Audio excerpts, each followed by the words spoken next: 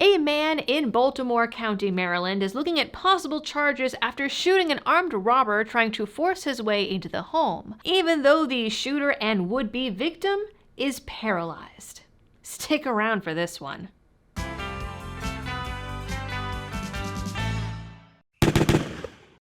Hello everyone and welcome back to the channel. There is no shortage of defensive gun uses if you know where in the news to look.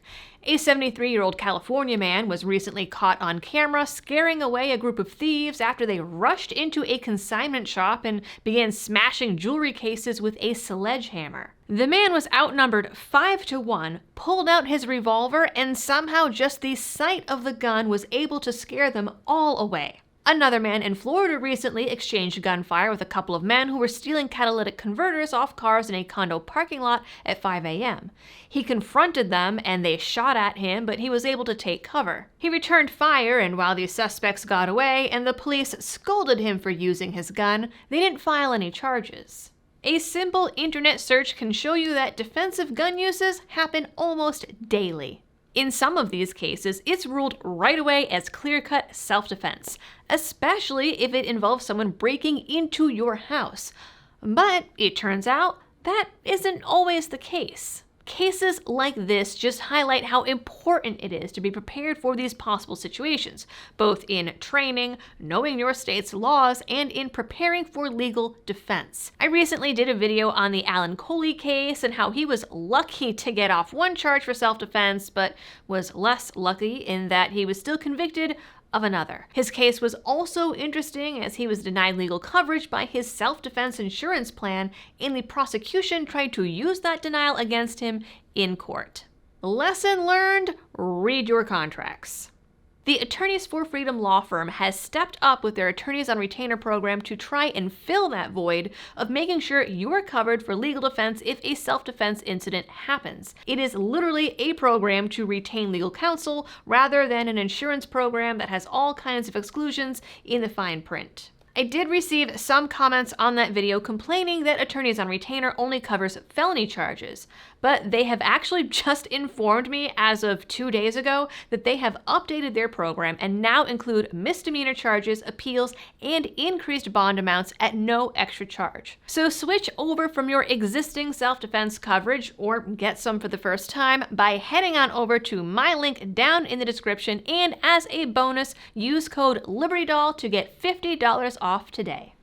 Now, in this Baltimore case, police aren't releasing much info, but we have so far makes it seem like it shouldn't be very complicated. On the night of Saturday, December 9th, police were called to the scene of a shooting around 10 p.m. They found a man dead of multiple gunshot wounds and say that, according to their initial investigation, he was armed and trying to break into a home. Dispatch calls were released, suggesting a woman called the police and reported that her son, who is paralyzed, was inside the home and was the one who shot the man when he broke in. 1020 Middlesex Road. Caller says somebody tried to break in. Her son's inside. He's paralyzed. I think what they're trying to tell me is that he shot at the alleged burglar in defense. Paralyzed son inside the location says he shot at an attempted burglary suspect. Now, the report says that it's not clear if the woman or the paralyzed man is the homeowner, but that really shouldn't matter. Either way, several days after the incident, the police have said they are classifying it as a homicide.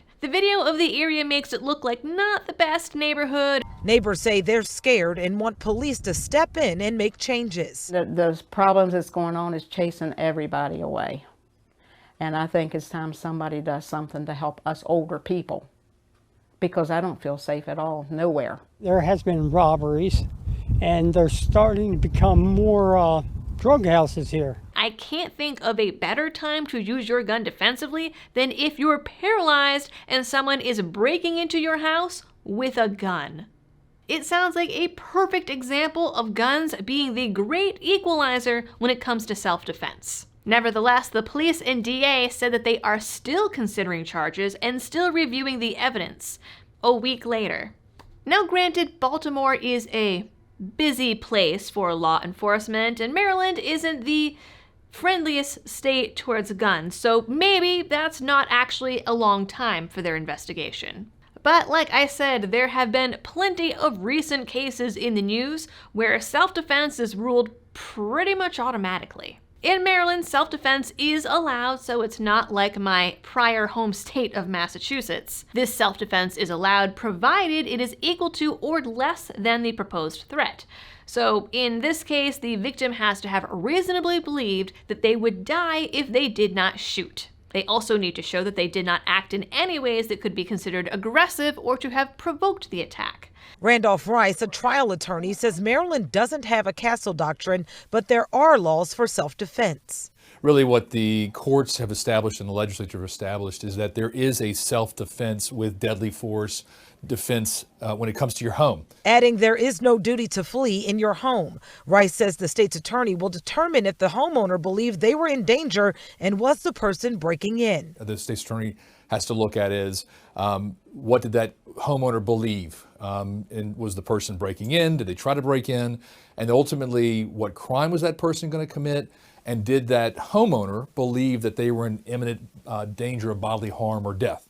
So from the outside looking in, with the information we have, seems like it fits the bill. Still, none of that guarantees a person won't face charges. It just means they'd be able to claim self-defense to possibly be acquitted. It still means the possibility of a court case and a lot of legal fees. And if you're paralyzed or have a family member who is, 9 times out of 10, you don't have tens of thousands of dollars sitting around for a legal defense. I might be wrong, but generally that has been my experience. The suspect did die on the scene and was found outside the home, so it's entirely possible that the police argue he was leaving the home when he was shot. If that's the case, that would not act in this guy's defense, even though he's paralyzed.